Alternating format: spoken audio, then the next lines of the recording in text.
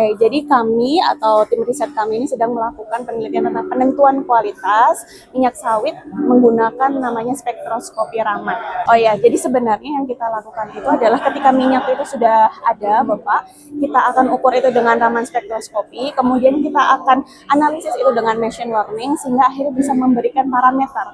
Di sini yang kami gunakan parameternya itu adalah free fatty acid, Dobi, kemudian dengan kadar air dan juga bilangan iodium. Kayak gitu.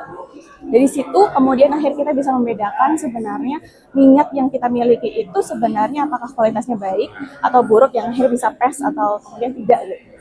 Minyaknya tetap kemudian di wadahnya terus kita tembak saja Bapak dengan ya dengan laser kopi itu sistem penembakan itu ya? Ya, seperti itu. Kemudian dia merespon dengan cara scattering sebenarnya, dan kita akan mengidentifikasi sebenarnya apa aja sih yang dancing ya, maksudnya atau kemudian bergerak di sana, vibrasi di sana, dan dari respon itu akhirnya kita bisa dapat kesimpulannya adalah sebenarnya minyak ini tuh minyak yang baik atau sebenarnya minyak yang buruk. Nah, itu yang sebenarnya kita kritisi Bapak. Jadi kalau misalnya sekarang ini ketika kita ingin menentukan parameter dari suatu kualitas minyak ini tadi kan harus tahu dulu, kemudian harus diliterasi, masing-masing parameter diliterasi, dan kita inginnya tidak seperti itu. Jadi begitu dia akhirnya ditembak, kita dapat 4 parameter itu secara langsung. Ya, dan nggak perlu kemudian ada tadi ya, misalnya harus literasi dulu, ada pre-treatment atau harus disiapkan terlebih dahulu, itu tidak perlu. Jadi memang minyak itu sudah ada, kemudian kita tembak, kita dapatkan hasilnya.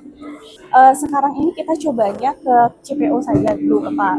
Dan selama ini kita punya CPO yang memang kualitasnya baik dan kualitas yang buruk, kita coba apakah memang dengan analisa data kita itu sudah bisa menyimpulkan ini sebenarnya baik atau buruk, dan sejauh ini sudah bisa.